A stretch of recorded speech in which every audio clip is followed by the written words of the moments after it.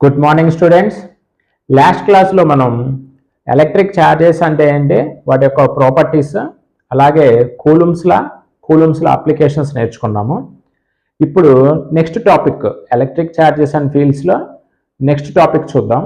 అదేంటంటే what is electric field and what are the electric field lines. మీరు electric field lines తెలుసుకోవాలంటే దానికన్నా ముందు అసలు ఎలక్ట్రిక్ ఫీల్డ్ అంటే ఏందో తెలుసుకోవాలి.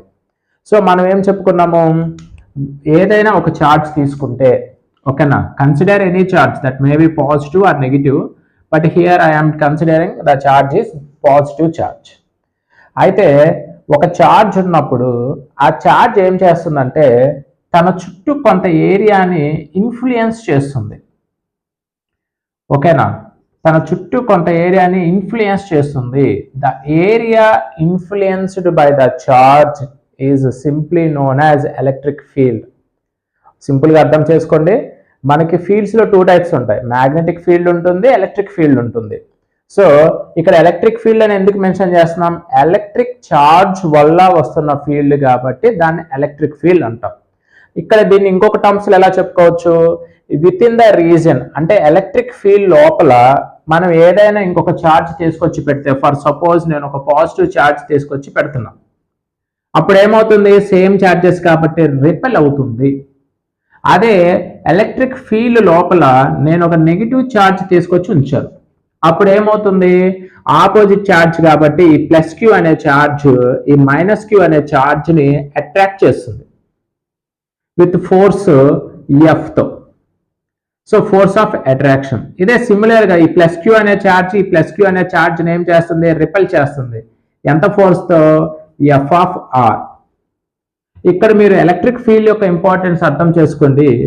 ఏదైనా ఒక ఛార్జ్ అనేది రిపెల్ చేయాలన్నా అట్రాక్షన్ చేయాలన్నా ఆ ఛార్జ్ మస్ట్గా ఎక్కడ ఉండాలి, ఆ ఫీల్డ్ లోపల ఉండాలి. ఫర్ సపోజ్ నేను ఒక ప్లస్ క్యూ అనే ఛార్జ్ని తీసుకొచ్చి ఇలా ఫీల్డ్కి దగ్గరగా కొంచెం బయట ఉంచాను, అప్పుడు ఈ ప్లస్ క్యూ అనే ఛార్జ్ ఈ బయట ఉన్న ప్లస్ క్యూ అనే ఛార్జ్ని అట్రాక్ట్ చేయదు, రిపెల్ చేయదు. ఎందుకు, ఇది ఫీల్డ్ బయట ఉంది. ఈ ఒక్క పాయింటే మీరు అర్థం చేసుకోవాల్సింది. సింపుల్గా ఇక ఫీల్డ్ అంటే ఏం చెప్పొచ్చు అంటే, మనం ఎలక్ట్రిక్ ఫీల్డ్ అంటే the area influenced by the charge around it. ఓకేనా, ఆ ఛార్జ్ ఎంత స్ట్రాంగ్ అయితే దాని చుట్టూ ఉన్న ఏరియా అంత స్ట్రాంగ్, అంటే అంత ఎక్కువ ఉంటుంది. ఫర్ సపోజ్ మనం తీసుకుంటున్న స్మాల్ ఛార్జ్ అనుకో, అది కొంచెం ఏరియాని ఇన్ఫ్లుయెన్స్ చేస్తుంది. ఒకవేళ మనం తీసుకుంది బాగా స్ట్రాంగ్ ఛార్జ్ అనుకో, అదేం చేస్తుంది, ఎక్కువ ఏరియాని ఇన్ఫ్లుయెన్స్ చేస్తుంది. ఓకేనా, సో మీకు ఎలక్ట్రిక్ ఫీల్డ్ అంటే అర్థమైంది అనుకుంటున్నాను. సో ఎలక్ట్రిక్ ఫీల్డ్ అంటే ఏంటిది, the area influenced by the charge, ఓకేనా, to attract or repel the other any charges. So సింపుల్గా ఎలక్ట్రిక్ ఫీల్డ్ అంటే అది. సో ఎలక్ట్రిక్ ఫీల్డ్ని లేదా ఇంటెన్సిటీ ఆఫ్ ఎలక్ట్రిక్ ఫీల్డ్ని మనం క్యాపిటల్ ఈ అనే లెటర్తో చూపిస్తాం. అయితే ఒకేసారి ఎలక్ట్రిక్ ఫీల్డ్ అంటే అర్థమైంది, మరి ఎలక్ట్రిక్ ఫీల్డ్ లైన్స్ అంటే ఏంటి? ఇది నథింగ్, సింపుల్ టాపిక్. ఏంటంటే అది, మరి ఎలక్ట్రిక్ ఫీల్డ్ ఉందని చెప్పాం కదా, we have to represent the field. మరి ఆ ఫీల్డ్ ఎలా ఉంది, మనం ఆల్రెడీ ప్రీవియస్ క్లాసెస్లో చెప్పుకున్నాం. ఏమని చెప్పాము, సేమ్ ఛార్జెస్ అయితే రిపెల్ అవుతున్నాయని, ఆపోజిట్ ఛార్జెస్ అయితే అట్రాక్ట్ అవుతున్నాయని. ఇలాంటి ఫినామినాన్ని మనం ఎక్స్ప్లెయిన్ చేయడం కోసం మనం ఏం చేస్తున్నామంటే ఒక ఇమాజినరీ లైన్స్ని, ఓకేనా, అవి ఫిజికల్గా ఎగ్జిస్టెన్స్ కాదు, కాకపోతే ఇమాజినరీగా మనం ఉన్నాయి అని ఫీల్ అయ్యి మనం ఎలక్ట్రిక్ ఫీల్డ్ని ఎక్స్ప్లెయిన్ చేస్తున్నాం.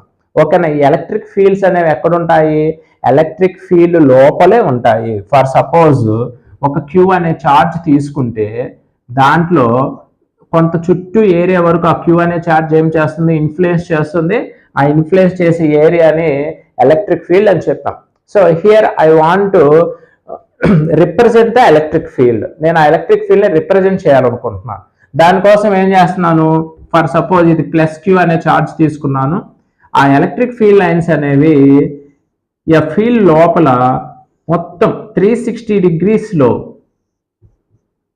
డిస్ట్రిబ్యూట్ చేయబడి ఉంటాయి. సో ఇక్కడ నేను చూపిస్తున్న యారో మార్క్స్ని ఏమని పిలుస్తాను, ఎలక్ట్రిక్ ఫీల్డ్ లైన్స్ అని పిలుస్తాను. మనం తీసుకుంటున్న పాజిటివ్ ఛార్జ్ కాబట్టి పాజిటివ్ ఛార్జ్లో ఎలక్ట్రిక్ ఫీల్డ్ లైన్స్ అనేవి always away from the centre. ఓకేనా? ఈ ఎలక్ట్రిక్ ఫీల్డ్ లైన్స్ ఏమవుతున్నాయి? డైవర్జింగ్ అవుతున్నాయా, కన్వర్జింగ్ అవుతున్నాయా? డైవర్జింగ్ అవుతున్నాయి. ఒకవేళ ఇదే మనము నెగిటివ్ ఛార్జ్ తీసుకుంటే, ఫర్ సపోజ్ ఒక నెగిటివ్ క్యూ అనే ఛార్జ్ తీసుకుంటే దాని చుట్టూ కూడా ఏముంటుంది? ఎలక్ట్రిక్ ఫీల్డ్ ఉంటుంది. మరి ఎలక్ట్రిక్ ఫీల్డ్ని రిప్రజెంట్ చేయాలి, ఎక్కడి నుంచి ఎక్కడి దాకా ఉంది. సో దానికోసమే నేను ఏం చేస్తున్నాను? ఎలక్ట్రిక్ ఫీల్డ్ లైన్స్ తీసుకుంటున్నాను. ఓకేనా? సో ఇది పాజిటివ్ కాబట్టి యారో మార్క్ డైరెక్షన్ బయటకు ఉంది, నెగిటివ్ కాబట్టి arrow mark direction is directed towards the centre. అర్థం చేసుకోండి, చాలా simple topic. So electric field అనేది మన కంటికి కనిపించదు కాబట్టి ఆ ఎలక్ట్రిక్ ఫీల్డ్ని రిప్రజెంట్ చేయడం కోసం ఆ ఎలక్ట్రిక్ ఫీల్డ్ లోపల మనం ఇమాజినరీగా కొన్ని లైన్స్ని to represent the direction of the electric field, we are considering some imaginary lines. Those imaginary lines are called inside the electric field. They are electric field lines. ఓకేనా? సింపుల్గా అర్థమవుతుంది కదా? ఎలక్ట్రిక్ ఫీల్డ్ లోపల ఎలక్ట్రిక్ ఫీల్డ్ని represent చేయడం కోసం మన ఇమాజినేషన్తో just ఒక అప్రాక్సిమేషన్గా, ఒక ప్రెడిక్షన్గా గీసుకున్న ఆ లైన్స్నే మనం ఏమని పిలుస్తున్నాం? ఎలక్ట్రిక్ ఫీల్డ్ లైన్స్ అంటాం. సో బేసిక్ ఒక డిఫరెన్స్ ఏంటి? పాజిటివ్ ఏమో ఎలక్ట్రిక్ ఫీల్డ్ లైన్స్ టెయిల్ ఏమో సెంటర్ వైపు ఉంటుంది, హెడ్ ఏమో బయటకు ఉంటుంది. నెగిటివ్ కేమో హెడ్ ఏమో సెంటర్ వైపు ఉంటుంది, టెయిల్ ఏమో బ్యాక్ సైడ్ ఉంటుంది. సో ఫర్ సపోజ్ మనం ఫస్ట్ నుంచి చెప్పుకుంటున్నాం సేమ్ చార్జెస్ ఆర్ రిపల్ అంటున్నాం. సో ఇది మనము ఈ ఫినామినాని మనం ఎలక్ట్రిక్ ఫీల్డ్ లైన్స్ చూపించి ఈజీగా ఎక్స్ప్లెయిన్ చేయొచ్చు. ఫర్ సపోజ్ నేను రెండు పాజిటివ్ చార్జ్ ఇలా ఒకదాని ఫీల్డ్ లోపల ఒకటి కొంచెం దూరంలో ఇలా ఉన్నాయనుకుంటున్నాం. గుర్తుంచుకోండి, ఫీల్డ్ లోపల ఉన్నప్పుడు మాత్రమే వేరొక ఛార్జ్ని ఒక ఛార్జ్ అనేది అట్రాక్షన్ కానీ రిపల్షన్ కానీ చేస్తుంది. సో ఇప్పుడు ఇది ఒక పాజిటివ్ ఛార్జ్, ఇది ఒక పాజిటివ్ ఛార్జ్. పాజిటివ్ ఛార్జ్ నుంచి ఎలక్ట్రిక్ ఫీల్డ్ లైన్స్ ఎలా వస్తున్నాయని చెప్పాను? ఇలా బయటికి వస్తున్నాయని చెప్పాను. చూడండి, ఇది ఇలా బయటకు వస్తుంది. ఇది Q1 అనుకోండి, Q2 అనుకోండి. Q2 నుంచి కూడా లైన్స్ సేమ్ వస్తుంది. చూడండి, సేమ్ అండ్ ఆపోజిట్ ఉన్నాయి. ఆ రెండు ఏమవుతాయండి? ఒకదానితో ఒకటి క్యాన్సిల్ అవుతాయి. అలాగే ఇంకొక లైన్ ఇలా వస్తుంది, ఈ లైన్ ఇలా వస్తుంది. ఈ రెండు ఏం లైన్స్? సేమ్ అండ్ ఆపోజిట్ ఉన్నాయి. ఒకదానితో ఒకటి రిపల్ జరిగి ఇలా వెళ్ళిపోతాయి. నెక్స్ట్ ఇలా వెళ్ళిపోతాయి. నెక్స్ట్ లైన్స్ ఇలా. సిమిలర్గా ఇటు సైడ్ కూడా తీసుకుంటే ఇలా వస్తాయి. సో మీకు అర్థమవుతుంది అనుకుంటున్నా.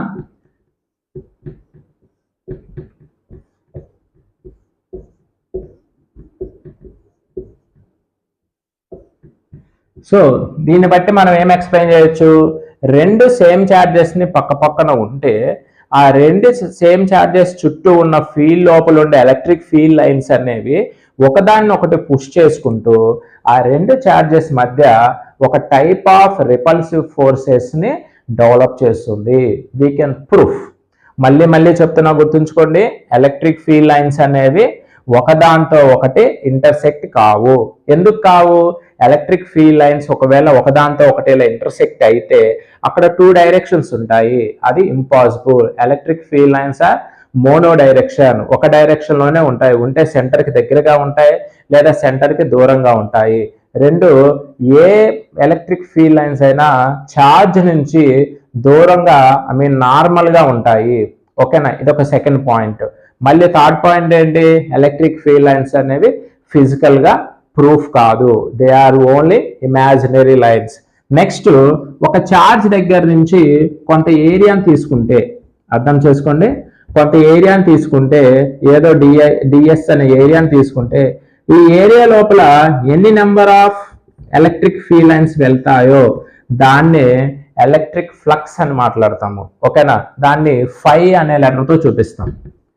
అలాగే ఎలక్ట్రిక్ ఫీల్డ్ లోపల ఛార్జ్ నుంచి కొంచెం దూరంలో మళ్ళీ కొంత ఏరియాని మనం కొంత ఫీల్డ్ని ఇమాజినేషన్ చేసుకుంటే అందులో నుంచి ఎన్ని నెంబర్ ఆఫ్ లైన్స్ వెళ్తాయో దాన్నే మనం ఇంటెన్సిటీ ఆఫ్ ఎలక్ట్రిక్ ఫీల్డ్ అంటాం. దాన్ని ఈ అనే లెటర్తో చూపిస్తాం. సో సింపుల్గా ఏం చెప్పొచ్చు? ఛార్జ్ ఎక్కువ ఉంటే ఇంటెన్సిటీ ఎక్కువ ఉంటుంది. సో మీకు ఈ పాయింట్ అర్థమైంది అనుకుంటున్నాను. సో ఎలక్ట్రిక్ ఫీల్డ్ అంటే ఏంటిది, ఎలక్ట్రిక్ ఫీల్డ్ లైన్స్ అంటే ఏంటో చెప్పాను. సో సేమ్ ఛార్జెస్ అయితే ఇలా రిపేర్ అవుతాయి. ఒకవేళ నేను రెండు ఆపోజిట్ ఛార్జెస్ని పక్క పక్కన పెట్టాను. అంటే ఒక ప్లస్ క్యూ అనే ఛార్జ్ని మైనస్ క్యూ అనే ఛార్జ్ని ఒకదాని తర్వాత ఒకటి సేమ్ ఎలక్ట్రిక్ ఫీల్డ్లో ఉంచాను. అప్పుడు ఏమవుతుంది, ప్లస్ క్యూ నుంచి ఏమవుతుందని చెప్పాను, లైన్ డైవర్జ్ అవుతుంది, మైనస్ క్యూకి కన్వర్జ్ అవుతుంది. సో ఇలా వస్తాయి అన్నమాట. ఓకేనా. నెక్స్ట్ ప్లస్ క్యూ నుంచి మైనస్ క్యూకి, ప్లస్ క్యూ నుంచి మైనస్ క్యూకి. సో ఈ విధంగా మనకి ఎలక్ట్రిక్ ఫీల్డ్ లైన్స్ అనేవి రెండు ఆపోజిట్ ఛార్జెస్ పక్క పక్కన ఉంటే ఇలా వస్తుంది. సో ఇది మనకి ఏం చెప్తుంది, they can attract each other. చూడండి ఇక్కడ ఈ రెండు లైన్స్ ఒకదాంతో ఒకటి ఆపోజిట్ ఛార్జెస్ పక్క పక్కన ఉంచినప్పుడు ప్లస్ క్యూ నుంచి కన్వర్జ్ అయ్యి మైనస్ క్యూలోకి డైవర్జ్ అవుతుంది. ఎక్కడ ఎలక్ట్రిక్ ఫీల్డ్ లైన్స్ అనేవి బ్రేక్ అవ్వనప్పుడు ఏం జరుగుతుంది, ఆ రెండింటి మధ్య అట్రాక్షన్ జరుగుతుంది. అందువల్ల మనం ఏం చెప్తున్నాము, రెండు ఆపోజిట్ ఛార్జెస్ పక్క పక్కన ఉన్నప్పుడు they can attract each other. మళ్ళీ మనం ఎలక్ట్రిక్ ఫీల్డ్ లైన్స్ నుంచి ఒక చిన్న పాయింట్ కూడా ఎక్స్ప్లెయిన్ చేయొచ్చు. అదేంటంటే uniform electric field. For suppose plus Q charge అంతా ఒక పక్క ఉంచాను, మైనస్ క్యూ ఛార్జ్ అంతా ఒక పక్క ఉంచాను. ఇలా ఏదైనా ఒక కండక్టర్ తీసుకొని ఒక పాజిటివ్ ఛార్జ్ అంతా ఒక పక్క ఇచ్చాను, నెగిటివ్ ఛార్జ్ అంతా అనదర్ సైడ్ ఇచ్చాను. అప్పుడు ఏం జరుగుతుందంటే ఈ రెండు ఛార్జెస్ మధ్య, నేను రెండు ప్లేట్స్ మధ్య డి అనే డిస్టెన్స్ ఉందనుకుంటే నాకు ఒక యూనిఫామ్ ఎలక్ట్రిక్ ఫీల్డ్ అనేది జనరేట్ అవుతుంది. ఈ టర్మ్ మీరు బాగా గుర్తుంచుకోవాలి. యూనిఫామ్ ఎలక్ట్రిక్ ఫీల్డ్ అనేది ఇది మీకు ఆబ్జెక్టివ్ లో ఎక్కువగా యూజ్ చేస్తుంటారు ఈ term. So uniform electric field అంటే అర్థమైంది అనుకుంటున్నా. ఎక్కడ తీసుకున్నా మీకు ఇంటెన్సిటీ అనేది సేమ్ ఉండాలి, ఇంటెన్సిటీ ఆఫ్ ఎలక్ట్రిక్ ఫీల్డ్ అనేది సేమ్ ఉండాలి. అలా ఉంటే దాన్ని యూనిఫామ్ ఎలక్ట్రిక్ ఫీల్డ్ అంటాం. ఇందులో కొన్ని స్పెషల్ కేసెస్ ఉన్నాయి, అవి నేను ఫర్దర్ క్లాసెస్లో మాట్లాడుతున్నా. అవేంటంటే యూనిఫామ్ ఎలక్ట్రిక్ ఫీల్డ్లోకి తీసుకొచ్చి ఒక ఛార్జ్ నుంచి అది ఎలా మూవ్ అవుతుంది, ఒక పెండులం క్లాక్ బాబు పొజిషన్లో మనం ఛార్జ్, దానికి ఒక పాజిటివ్ ఛార్జ్ ఇచ్చి ఇందులో పెడితే ఆ ఛార్జ్ యొక్క ఆసిలేషన్స్ పెరుగుతాయా తగ్గుతాయా అనేది ఉంటుంది. సిమిలర్ ద ఛార్జెస్ ఉంచితే ఎలా అవుతుంది, పర్పెండిక్యులర్ టు ద ఛార్జెస్ ఉంటే ఎలా అవుతుంది, ఇలాంటి కేసెస్ ఉన్నాయి. అవి నేను ఫర్దర్ వీడియోలో మీకు డిస్కస్ చేస్తాను. మీకు ఇప్పుడు ఎలక్ట్రిక్ ఫీల్డ్ అంటే ఎలక్ట్రిక్ ఫీల్డ్ లైన్స్ అంటే ఏంటో అర్థమైంది అనుకుంటున్నాను. Thank you. ఫిజిక్స్ పరంగా మీకు ఎలాంటి డౌట్స్ ఉన్నా కామెంట్ సెక్షన్లో కామెంట్ చేయండి, నేను మీకు ఖచ్చితంగా రిప్లై ఇస్తాను.